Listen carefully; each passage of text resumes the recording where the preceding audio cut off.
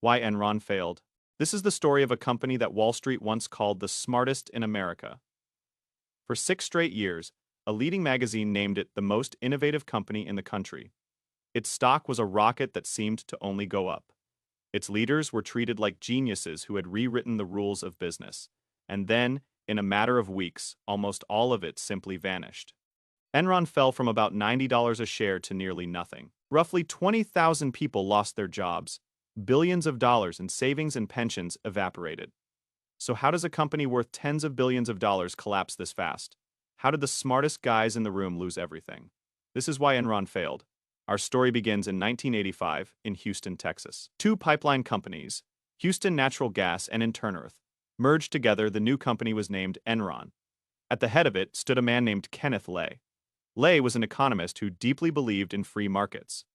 In the beginning, Enron was a boring business.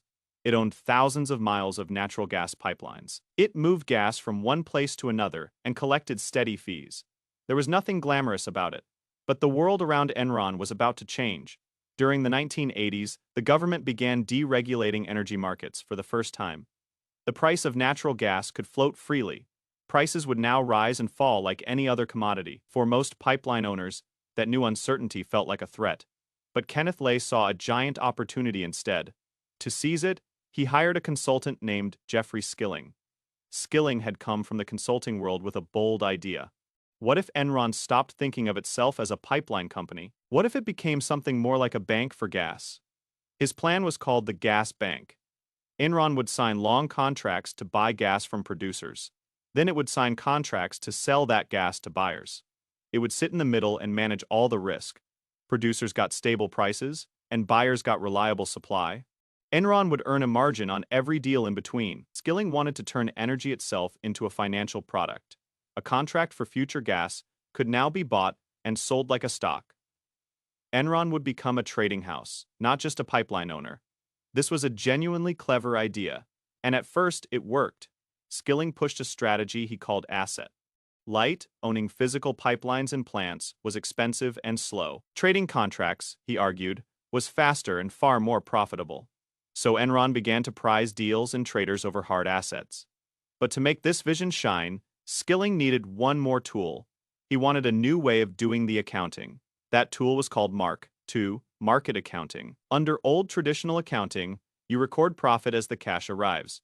You sell something, the money comes in, and then you book it. Mark-to-market works in a completely different way. It lets a company estimate the total future profit of a deal. Then it books that entire estimated profit today, all at once. Imagine Enron signs a 20-year contract to supply energy.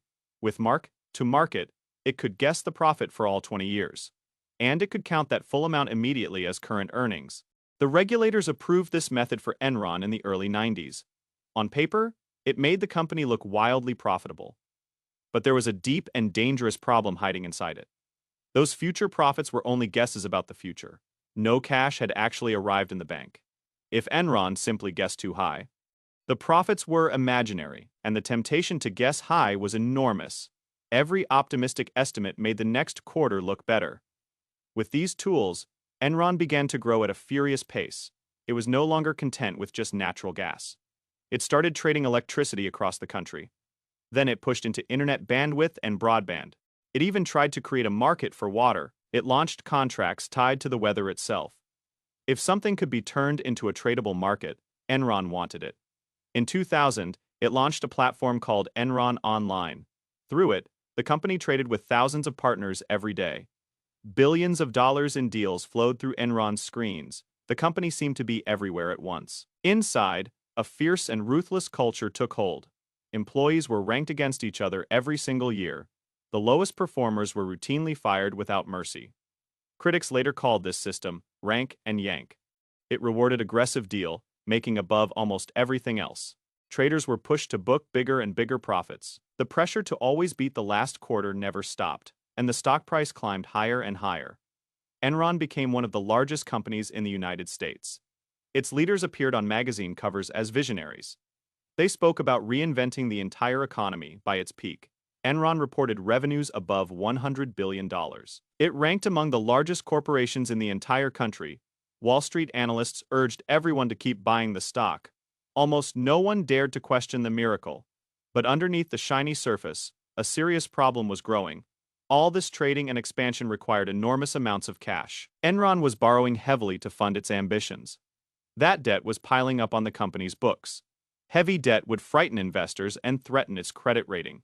A weaker credit rating would make trading harder and more costly. Enron desperately needed its balance sheet to look clean. It needed to keep the profits visible and hide the debt. To solve this puzzle, one man rose to power. His name was Andrew Fastow, the chief financial officer. Fastow was a master of complex financial engineering. He designed a maze of what are called special-purpose entities. These were separate companies created for specific transactions. On paper, they looked independent from Enron itself. In reality, they were deeply tied to it. Enron used these entities to hide its mounting debt. It moved troubled assets off its own books and into them. It also used them to disguise its losses. Some of these partnerships had strange, memorable names. There were vehicles known as LJM. There were others nicknamed the Raptors. Through them, Enron could make ugly numbers simply disappear. A losing investment could be shifted into a partnership, and suddenly, Enron's own reports looked healthy again. But the arrangement had a stunning conflict of interest. Andrew Fastow did not just design some of these entities. According to court findings, he personally ran several of them. He sat on both sides of the same deals.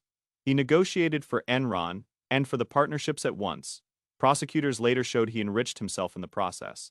He earned millions through these side arrangements. Enron's own board of directors was aware of this setup. They voted to waive the company's own ethics rules for him. That decision let the conflict continue unchecked. Watching over all of it was the auditor, Arthur Andersen. Andersen was one of the most respected accounting firms in the world. Its job was to independently verify Enron's numbers. But Andersen also earned huge consulting fees from Enron. Critics argued this made it far too close to its client. The watchdog, they said, had reasons to look away. For a while, this whole machine kept spinning.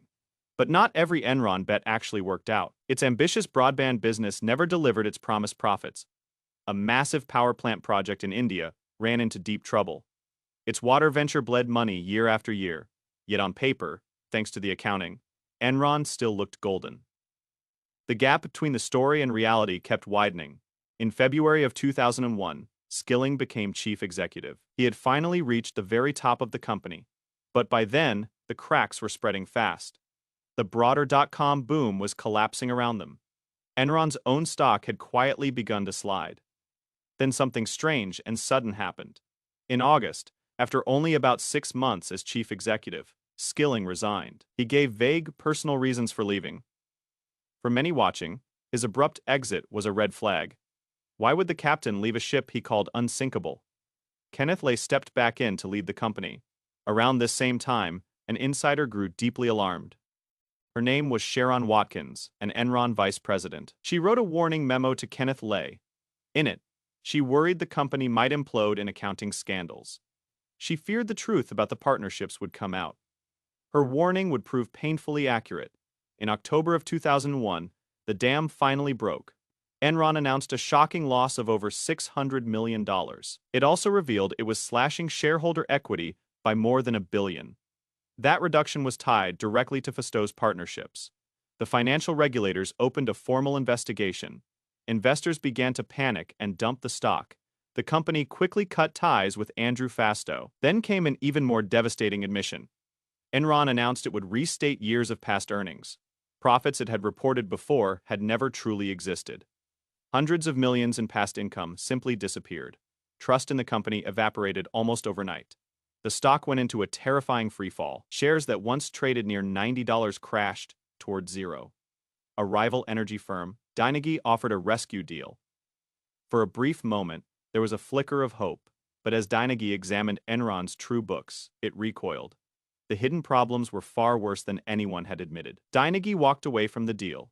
With that, Enron's last lifeline was gone. The major credit agencies slashed its rating to junk status. That downgrade triggered demands for immediate cash it did not have. On the 2nd of December, 2001, Enron filed for bankruptcy at the time. It was the largest corporate bankruptcy in American history. A company once valued at tens of billions was finished. The fall had taken only a matter of weeks. The human cost of that collapse was enormous. Around 20,000 employees suddenly lost their jobs. But the deepest wound was in their retirement savings. Many workers had their pensions loaded with Enron stock. They had been encouraged to believe in the company completely. As the stock crashed, their life savings were wiped out. Some employees lost nearly everything they had built. Meanwhile, several top executives had sold their shares much earlier. They walked away with millions while the stock was still high. That contrast fueled a national wave of anger. The consequences then spread to the auditor as well. As investigators closed in, employees at Arthur Andersen destroyed documents. They shredded piles of paperwork related to Enron in 2002. Andersen was found guilty of obstruction. The firm lost its license to audit public companies. One of the great accounting firms collapsed almost overnight. Tens of thousands of Andersen employees around the world lost their jobs. The scandal then reached Enron's own leaders. Andrew Fastow pleaded guilty and agreed to cooperate. He received a prison sentence of about 6 years. Jeffrey Skilling was convicted on multiple counts. He was originally sentenced to more than 20 years behind bars. Kenneth Lay was also convicted of fraud and conspiracy, but he died of a heart attack before he could be sentenced. The case reshaped how America thought about corporate honesty.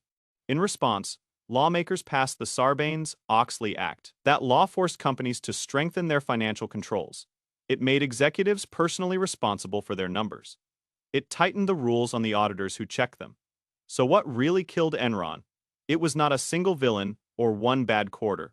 At its core, Enron confused telling a story with building value. To market accounting let it book profits it had not earned. Complex partnerships let it hide debts it did not want seen. For years, the story on paper drifted away from reality, and a company cannot outrun reality forever.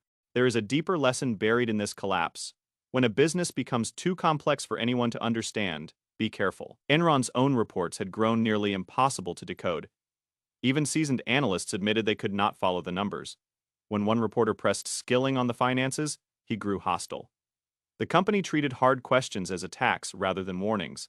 That confusion was not an accident of complexity. Critics argued the confusion was the entire point. When no one can explain how a company truly makes money, ask why. Enron was celebrated as the smartest company in the room. But being clever is not the same as being honest. In the end, the cleverness was hiding the rot. Enron did not fail because its people lacked talent. It failed because that talent was used to disguise the truth. And once the truth arrived, the whole illusion fell apart. That is why Enron failed.